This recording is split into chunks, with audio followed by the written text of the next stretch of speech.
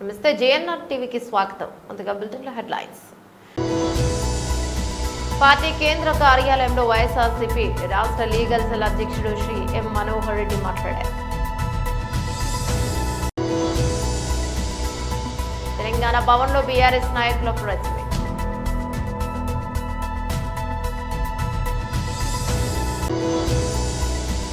కేంద్ర మంత్రి మరియు బీజేపీ రాష్ట్ర అధ్యక్షుడు శ్రీ జి కిషన్ రెడ్డి గారు మీడియాతో మాట్లాడుతున్నారు. క్రీడల ముసుగులో ఇతరులను బాధించడం అవసరమా?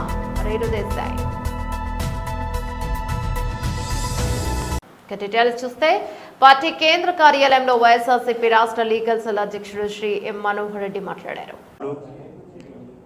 ఆస్తులపైన దాడులు, అక్రమ కేసులు, తమ మాట వినని వారిని ఏదో విధంగా లొంగ తీసుకోవాలనే ప్రయత్నంలో భాగంగా చిత్రహింసలు పెట్టడం, ఆస్తులు విధ్వంసానికి గురి కావడం, ఇవన్నీ మనం చూస్తున్న నేపథ్యంలో లిక్కర్ స్కామ్ లేని లిక్కర్ స్కామ్ను గ్యాలంతా పోగేసి ఒక లిక్కర్ స్కామ్ కథను క్రియేట్ చేసి అందులో వైఎస్ఆర్సీపీ పార్టీలోని అగ్ర నేతలందరినీ ఇరికించాలనే ఉద్దేశంతో వీర విధేయులైనటువంటి అధికారులను సిట్లో నియమించుకొని వాళ్ళు చట్ట ప్రకారం దర్యాప్తు కొనసాగించకుండా అక్రమ పద్ధతుల్లో చట్టానికి వ్యతిరేకంగా ఇవాళ దర్యాప్తు కొనసాగిస్తున్నారు. అందులో రాజకీయ నాయకులను అలాగే చేస్తున్నారు. తర్వాత అధికారులను, రిటైర్డ్ అధికారులను కూడా అలాగే ఇది చేస్తున్నారు. చివరికి బాధాకరమైన విషయం ఏంటంటే తమ డిపార్ట్మెంట్లో అంటే పోలీస్ డిపార్ట్మెంట్లో పనిచేస్తున్న వ్యక్తులను కూడా చిత్రహింసలకు గురి చేస్తున్న పరిస్థితులు ఈ రాష్ట్రంలో మనం చూస్తూ ఉన్నాం. గిరి అనే కానిస్టేబుల్ని తీవ్ర చిత్రహింసలకు గురి చేసి చెవిరెడ్డి భాస్కర్ రెడ్డికి ఈ లిక్కర్ స్కామ్తో సంబంధం ఉందని 200 నుంచి 250 కోట్ల రూపాయల వరకు ఎన్నికలలో ఈ మద్యం లిక్కర్ స్కామ్కు సంబంధించిన డబ్బును సరఫరా చేయాలని అతన్ని చిత్రహింసలు చెప్పి అతనితో కన్ఫెషన్ స్టేట్మెంట్ తీసుకున్నారు. అలాగే 10 సంవత్సరాలు గన్మెన్గా AR head constable Madan Reddy అనే అతను చెవిరెడ్డి భాస్కర్ రెడ్డి దగ్గర గన్మెన్గా ఉన్న పరిస్థితుల్లో అతన్ని విచారణకు పిలిచారు. సాక్షిగా అతను వెళ్ళాడు. విచారణకు వెళితే ఈ కేసుకు సంబంధించి నీకు తెలిసిన విషయాలు చెప్పంటే ఆయన తెలిసిన విషయాలు మాత్రం చెప్పాడు.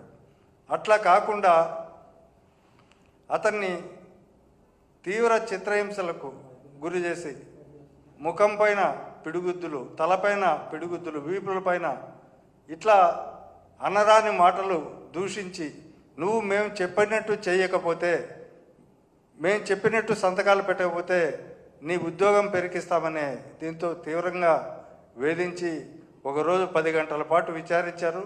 అయినా సార్ నేను అబద్ధం చెప్పలేను, అవాస్తవం చెప్పడం నా చేత కాదు. తెలంగాణ భవన్లో బీఆర్ఎస్ నాయకుల ప్రెస్ మీట్ నిర్వహించారు. పరిపాలన చేసేటువంటి ఆలోచన లేదు వాళ్ళకి.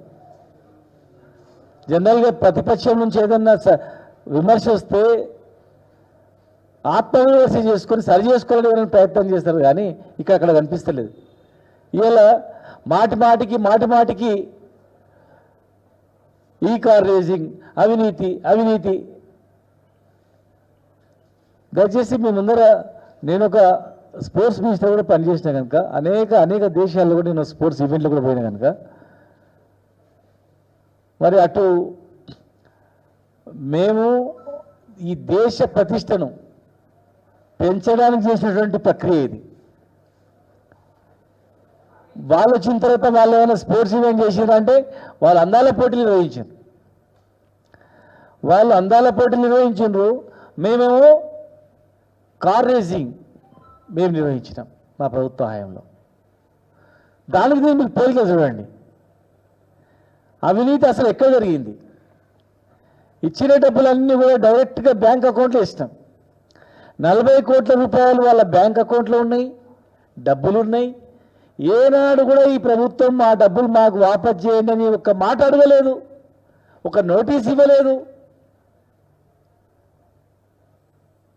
లేదా ఆ బ్యాంకులో ఉన్నటువంటి అకౌంట్ సీజ్ చేసి ఆ పైసలు వాపస్ ఇవ్వాలని చెప్పి ఒక చట్టపరమైనటువంటి యాక్షన్ కూడా అక్కడ తీసుకోలేదు. కేటీఆర్ గారు దేశ విదేశాల్లో తిరిగిండు, చదివిండు, ఉద్యోగాలు చేసి ఇచ్చిండు కనుక ప్రపంచ స్థాయిలో ఈ తెలంగాణను ఆకర్షించాలంటే, తెలంగాణకు పెట్టుబడులు రావాలంటే, రాబోయే తరంలో ఫ్యూచర్ జనరేషన్ మొత్తం కూడా వచ్చేది ఎలక్ట్రికల్ కార్స్. ఎందుకంటే సముద్రంలో పెట్రోలు, డీజిల్ అనేది అంతరించుకుపోతూ ఉంది. ఫ్యూచర్ మొత్తం వచ్చేది ఎలక్ట్రికల్. పొల్యూషన్ పోవాలంటే, రోగాలు రాకుండా ఉండాలంటే ఎలక్ట్రికల్ కార్ అని ప్రపంచమే మొత్తం అధ్యయనం చేస్తూ ఉంది, వరల్డ్ వైడ్ మొత్తం కూడా. ఫ్యూచర్లో జరగబోయేటువంటి దానికి ఇప్పటి నుంచే మనం నాంది చేయాలి. ఇక్కడ ఎలక్ట్రికల్ ఈ కార్ రేసింగ్ పెట్టినట్లయితే ప్రపంచంలో ఉన్నటువంటి ఎలక్ట్రికల్ వెహికల్స్ మొత్తం కూడా తెలంగాణ వైపు, ఇండియా వైపు దృష్టి వస్తుందని చెప్పి ఆలోచనతో ఇక్కడ పెట్టిండు. దాదాపు 22 పెద్ద పెద్ద ప్రపంచంలో వరల్డ్ ఫేమస్ బ్రాండ్స్, జాగ్వార్ నుంచి మొదలుకుంటే అనేక రకాలుగా పెద్ద పెద్ద కంపెనీలు అన్నీ కూడా ఆ వాహనాలన్నీ పాల్గొన్నాయి. ప్రపంచ స్థాయిలో కార్ రేసింగ్లో ఉన్నటువంటి స్పోర్ట్స్ మెన్స్ చాలామంది కూడా ఆ పాల్గొనే వాళ్ళందరూ కూడా హైదరాబాద్కు వచ్చారు. ప్రపంచంలో ఉన్నటువంటి వాళ్ళందరూ వీక్షించారు. సపరేట్ లైవ్ ఉంటుంది. కొన్ని లక్షల మంది, దాదాపు లక్షల మంది కార్ రేసింగ్ చూసిండ్రు హైదరాబాద్లో జరుగుతున్నటువంటిది. కేంద్ర మంత్రి మరియు బీజేపీ రాష్ట్ర అధ్యక్షుడు శ్రీ జి కిషన్ రెడ్డి మీడియాతో మాట్లాడుతున్నారు.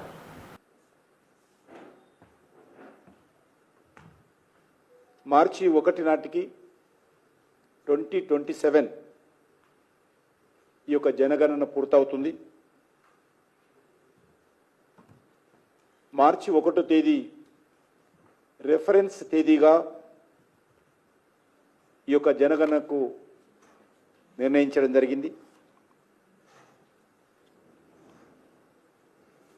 మార్చి 2027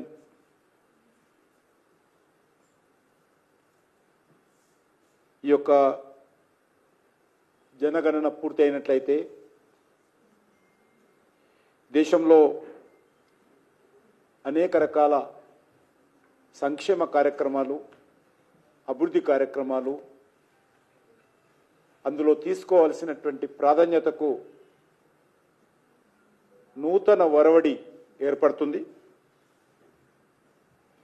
ఈ యొక్క జనగణనలో కేంద్ర ప్రభుత్వ లెక్కల ప్రకారము 34 లక్షల మంది జనగణన చేసేటువంటి అధికారులు, సూపర్వైజర్స్ పనిచేస్తారు. ఆ రకంగా 1,34,000 మంది సిబ్బంది ఇందులో పనిచేస్తారు. ఇది పూర్తిగా డిజిటల్ విధానంలో ఈ యొక్క జనగణన ఉంటుంది.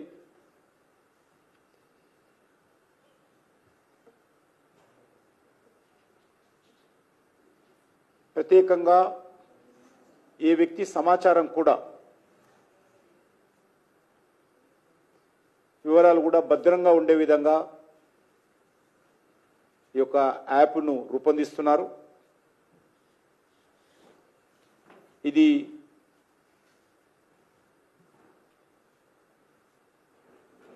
స్వాతంత్రం వచ్చిన తర్వాత మొదటిసారి ఈ యొక్క బీసీ జనాభా సేకరణ జరుగుతూ ఉంది. గతంలో బ్రిటిష్ వాళ్ళు ఉన్నప్పుడు ఈ యొక్క సేకరణ జరిగింది 100 సంవత్సరాల క్రితము. మళ్ళీ ఇప్పుడు ఇన్ని సంవత్సరాల తర్వాత జరుగుతూ ఉంది.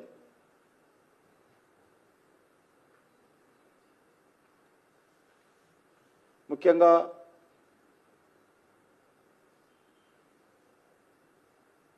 కేంద్ర ప్రభుత్వము ఈ యొక్క 11 సంవత్సరాలుగా నటి దర్శకురాలు రేణు దేశాయ్ సోషల్ మీడియాలో తరచూ తన అభిప్రాయాలను వ్యక్తిగత విషయాలను పంచుకుంటూ అభిమానులకు దగ్గరగా ఉంటారు. తాజాగా ఆమె తన ఇన్స్టాగ్రామ్ స్టోరీలో చేసిన ఒక పోస్ట్ నెటిజన్ల దృష్టిని ఆకర్షిస్తోంది. క్రీడల ముసుగులో ఇతరుల్ని బాధ పెట్టడం అవసరమని మానవులు ఎందుకు భావిస్తారు అనే తాత్వికమైన ప్రశ్నను ఆమె లేవనెత్తారు. జంతు ప్రేమికురాలుగా పేరొందిన రేణు దేశాయ్ తరచూ మూగజీవాలకు సంబంధించిన విషయాలపై స్పందిస్తుంటారు. వాటి సంరక్షణ హక్కుల గురించి ఆమె చేసే పోస్టులు వైరల్ అవుతుంటాయి. ప్రస్తుత పోస్ట్ కూడా ఆ కోవకు చెందిందే పలువురు భావిస్తున్నారు. క్రీడలు లేదా వినోదం పేరుతో జంతువులను హింసించడం లేదా మరే ఇతర రూపంలోనైనా ఇతరులను ఇబ్బంది పెట్టడాన్ని ఉద్దేశించి ఆమె వ్యాఖ్యలు చేసి ఉండవచ్చని నెటిజన్లు చర్చించుకుంటున్నారు. పలు సినిమాల్లో నటించిన రేణు దేశాయ్ నటుడు పవన్ కళ్యాణ్ వివాహం చేసుకున్న తర్వాత నటనకు దూరంగా ఉన్నారు. వీరికి అకిరానందన్, ఆద్య అనే ఇద్దరు పిల్లలున్నారు. పవన్ కళ్యాణ్ తో విడిపోయిన అనంతరం పిల్లల బాధ్యతలను చూసుకుంటూ వస్తున్నారు. చాలా కాలం తర్వాత రవితేజ నటించిన టైగర్ నాగేశ్వరరావు చిత్రంలో హేమలత లవణం అనే కీలక పాత్రలు నటించి ఆమె నటనకు మంచి ప్రశంసలు అందుకున్నారు. సామాజిక మాధ్యమాల్లో చురుగ్గా ఉండే రేణు దేశాయ్ తన తాజా పోస్ట్ ద్వారా మరోసారి ఆలోచనలు రేకెత్తించే ప్రయత్నం చేస్తారు. ఈ వ్యాఖ్యలపై నెటిజన్ల నుంచి భిన్నమైన స్పందనలు వస్తున్నాయి. నేడు కామారెడ్డి జిల్లా కేంద్రంలో ప్రభుత్వ డిగ్రీ కళాశాలల్లో టీజీవీపీ శాఖ ఆధ్వర్యంలో ప్రెస్ మీట్.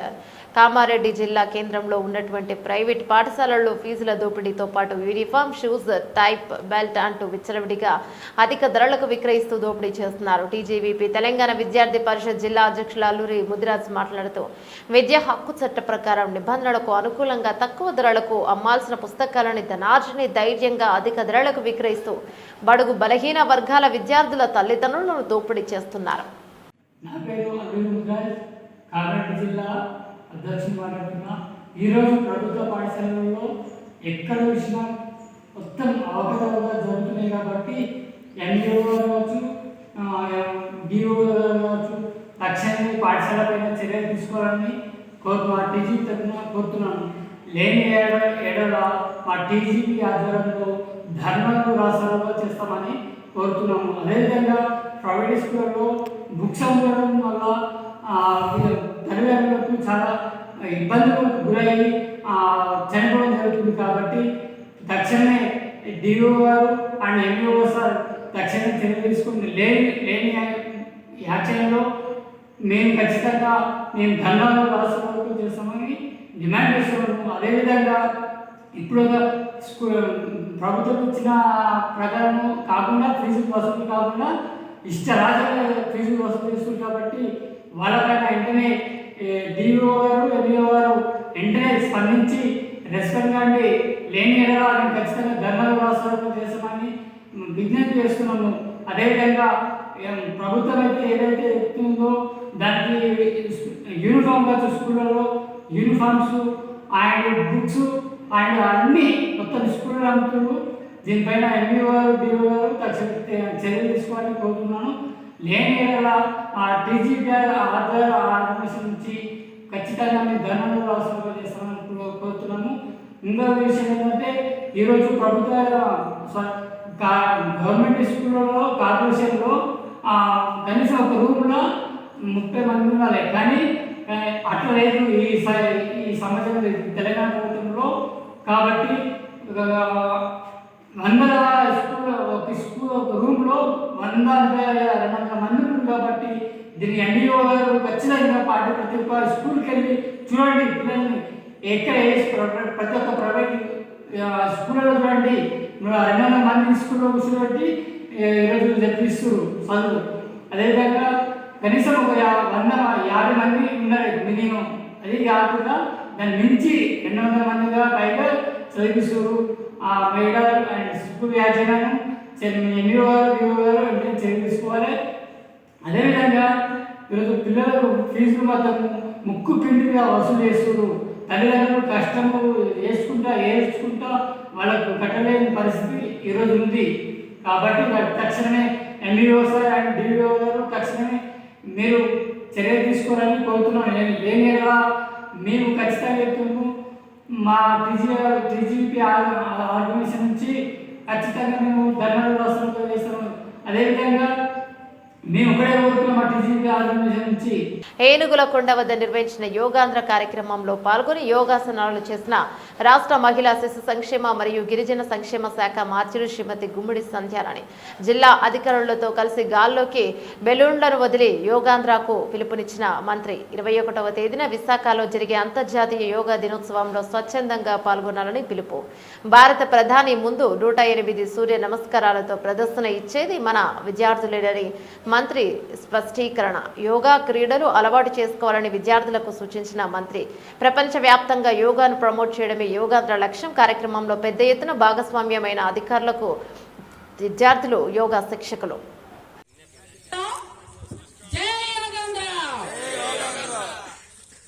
అందరికీ నమస్కారంలో కూడా యోగా చేయడానికి విచ్చేసినటువంటి అందరికీ పేరు పేరు నా హృదయపూర్వక నమస్కారాలు. ఈ కార్యక్రమాన్ని ఏర్పాటు చేసినటువంటి మన జిల్లా అధికారులందరికీ, అలాగే ఈరోజు ఇక్కడ మనం ఎప్పుడు కూడా ఏనుకొండ అంటే చాలా మందికి తెలియదు. ఈరోజు ఏనుకొండ అంటే ఎంత అందంగా ఉంటుంది అని. ఈరోజు వర్షం చిన్న చినుకులు పడినా కానీ ఎవరు కూడా ఇదవ్వకుండా అందరూ వచ్చి ఈరోజు ఈ కార్యక్రమాన్ని సక్సెస్ఫుల్ చేసినందుకు మీ అందరికీ నా హృదయపూర్వక నమస్కారాలు తెలియజేసుకుంటూ 21వ తేదీ ప్రధానమంత్రి గారు వస్తున్నారు. గౌరవ ముఖ్యమంత్రి వర్యులు నారా చంద్రబాబు నాయుడు గారు ఆత్మీయంగా ఆహ్వానిస్తే ఆయన రావడం జరుగుతుంది. ఆ రోజు మొత్తం అందరూ కూడా 5 లక్షల మంది మనం విశాఖపట్నంలో 21వ తేదీన యోగా చేస్తున్నాం. ఆ కార్యక్రమానికి అందరూ రావాలి అని పిలుపునిచ్చారు. ముఖ్యంగా మన పార్వతీపురం మన్యం జిల్లా నుంచి ఎక్కువ మొబిలైజేషన్ ఎందుకు చేయలేదంటే చాలా దూరం అని. ఆ రోజు ఉదయం 5:30 గంటలకే అక్కడ ఉండాలి. 6:30కి ప్రధానమంత్రి గారు ముఖ్యమంత్రి గారు వీళ్ళంతా కూడా స్టార్ట్ చేస్తారు. కాబట్టి అలా వీలైతే ఎవరైనా సరే తప్పకుండా రండి. అలాగే ఎవరైనా వస్తాము అంటే ఖచ్చితంగా ఫెసిలిటీ ఏర్పాటు చేయడానికి మేము రెడీగా ఉన్నాం. అలాగే ఎందుకంటే ఇప్పుడు కూడా మన 5,000 మంది గిరిజన పిల్లలు రేపు ప్రధానమంత్రి గారి ముందు మొదటి సీట్లో కూర్చుంది మన పిల్లలే. అక్కడ 25,000 మంది పిల్లలు యోగా పూర్తిగా నేర్చుకుని 108 సూర్య నమస్కారాలు ఒకేసారి ఎట్ ఏ టైం చేసినటువంటి ప్రతిభావంతులైన పిల్లలు ఉన్నారు మనకి. కాబట్టి వాళ్ళు రేపు ప్రధానమంత్రి గారితో పాటు మేమందరం కూర్చుంటే ఫస్ట్ ప్లేస్ వాళ్ళదే కూర్చుంటున్నారు. కాబట్టి అందరికీ ఒకటే విషయం చెప్తున్నాము, యోగా అనేది మన మానసిక ఒత్తిడి తగ్గించడానికి, ఎన్నో పనుల మీద మనం చాలా ఇబ్బందుల్లో ఉంటాం. కాబట్టి ప్రశాంతత కలిగించి ఈ మధ్య కాలంలో ప్రతి ఇంట్లో కూడా ఎవరికైనా బండి ఉందో లేదో తెలియదు కానీ, సైకిల్ ఉందో లేదో తెలియదు కానీ బీపీ షుగర్లు మాత్రం ఖచ్చితంగా ఉంటున్నాయి. కాబట్టి ఆ బీపీ షుగర్లు తగ్గించుకోవడానికి, అందరూ ప్రశాంతమైన జీవనం గడపడానికి యోగా చాలా ఉపయోగపడుతుంది. ఈ టైంలో పరుగుల జీవితాల్లో ప్రశాంత కల్పించడానికి కోసమే ఈ యోగాను మనం అందరం అలవాటు చేసుకొని, మీరు ఇక్కడ ఎలా చేస్తున్నారో ఇంటికి వెళ్ళి ముఖ్యంగా పిల్లలకు అలవాటు చేయండి. యోగా నేర్చుకోవడం, ఆటలాడడం ఇలాంటి నేర్చుకుంటే చాలా సంతోషం. ఎందుకంటే ఎక్కువ వర్షం పడుతుంది కాబట్టి వెనక్కి ఉన్న ఆడవాళ్ళు తిట్టుకుని ఉంటారు. వర్షం పడిపోతుంటే ఇవిడ ఎక్కువసేపు మాట్లాడుతుందని ఎక్కువసేపు మాట్లాడను. అందరూ కూడా నేర్చుకోవడంలో తప్పేమీ లేదు. యోగా చేస్తూ ఉంటే మనకి మానసిక ప్రశాంతత, ఆరోగ్యం కూడా బాగుంటుందని మరొకసారి మీ అందరికీ తెలియజేసుకుంటూ, ఈ రోజు విశాఖపట్నంలో మనం ఇంత 5 లక్షల మందితో ఇబ్బందులున్నా మనం ఎందుకు చేస్తున్నాము అనంటే ప్రపంచ వ్యాప్తంగా కూడా యోగాను ప్రమోట్ చేయాలని ఉద్దేశంతో చేస్తున్నాం. కాబట్టి గౌరవ ముఖ్యమంత్రి గారు చేస్తున్నటువంటి ఈ కార్యక్రమాన్ని మనం అందరం జయప్రదం చేయాల్సిన అవసరం ఉందని తెలియజేసుకుంటూ, జై యోగాంధ్ర, జై యోగాంధ్ర. Thank you. అహ్మదాబాద్ లో జరిగిన ఘోర విమాన ప్రమాదం దేశవ్యాప్తంగా తీవ్ర విషాదాన్ని నింపింది. ఈ ఘటన నేపథ్యంలో విమానయాన సంస్థలపై, ముఖ్యంగా ఎయిర్ ఇండియాపై సోషల్ మీడియాలో విమర్శలు వెల్లువెత్తాయి. ఇటువంటి క్లిష్ట సమయంలో ప్రముఖ బాలీవుడ్ నటి రవీనా టాండన్ ఎయిర్ ఇండియా సిబ్బంది సేవారీతిని ప్రశంసిస్తూ ఇన్స్టాగ్రామ్ లో పెట్టిన పోస్ట్ ప్రస్తుతం చర్చనీయాంశంగా మారింది. అహ్మదాబాద్ విమాన ప్రమాదం తర్వాత ఎయిర్ ఇండియా విమానాల్లో సాంకేతిక సమస్యలు తలెత్తాయంటూ వార్తలు రావడం, ప్రయాణికుల్లో ఆందోళన నెలకొనడం వంటి పరిణామాలు చోటు చేసుకున్నాయి. ఈ క్రమంలో ఇటీవల ఎయిర్ ఇండియా విమానంలో ప్రయాణించిన రవీనా టాండన్ సంస్థ సిబ్బంది కనబరిచిన వృత్తి నైపుణ్యం, ధైర్యం చూసి ముగ్ధురాలయ్యారు. ప్రమాదంతో తీవ్ర దుఃఖంలో ఉన్నప్పటికీ సిబ్బంది తమ బాధను దిగమింగుకొని ప్రయాణికులను చిరునవ్వుతో పలకరిస్తూ సేవలు అందించడం తమను ఎంతగానో ఆకట్టుకుంటుందని ఆమె తెలిపారు. ఈ అనుభవాన్ని వివరిస్తూ రవీనా టాండన్ తన ఇన్స్టాగ్రామ్ ఖాతాలో ఒక పోస్ట్ పెట్టారు. కొన్ని ఆరంభాలు అన్ని అడ్డంకులను తట్టుకుని నిలబడాలి. అహ్మదాబాద్ ఘటనతో ఎయిర్ ఇండియా సిబ్బంది తీవ్ర వేదనలో ఉన్నప్పటికీ నూతన సంకల్పంతో ప్రయాణికులకు చిరునవ్వుతో స్వాగతం పలుకుతున్నారు. సిబ్బందికి ప్రయాణికులకు మధ్య ఏదో తెలియని సంబంధం ఏర్పడినట్లు అనిపిస్తోంది. ఈ విషాదంలో ఆప్తులను కోల్పోయిన కుటుంబాలకు నా ప్రగాఢ సంతాపం. ఇది ఎప్పటికీ మానని గాయం. ఎయిర్ ఇండియా ఎల్లప్పుడూ ఇలాంటి పరిస్థితులను అధిగమించి మరింత బలంగా నిలబడాలన్నదే వారి దృఢ సంకల్పమని ఆమె తన పోస్టులో పేర్కొన్నారు. దీనితో పాటు విమానంలో కిటికీ పక్కన కూర్చున్న తన ఫోటోలను కూడా ఆమె షేర్ చేశారు. బులెటిన్ ముగించే ముందు హెడ్లైన్స్ మరోసారి. పార్టీ కేంద్ర కార్యాలయంలో వైఎస్ఆర్సీపీ రాష్ట్ర లీగల్ సెల్ అధ్యక్షుడు శ్రీ ఎం మనోహర్ రెడ్డి మాట్లాడారు. తెలంగాణ భవన్లో బీఆర్ఎస్ నాయకుల ప్రెస్ మీట్.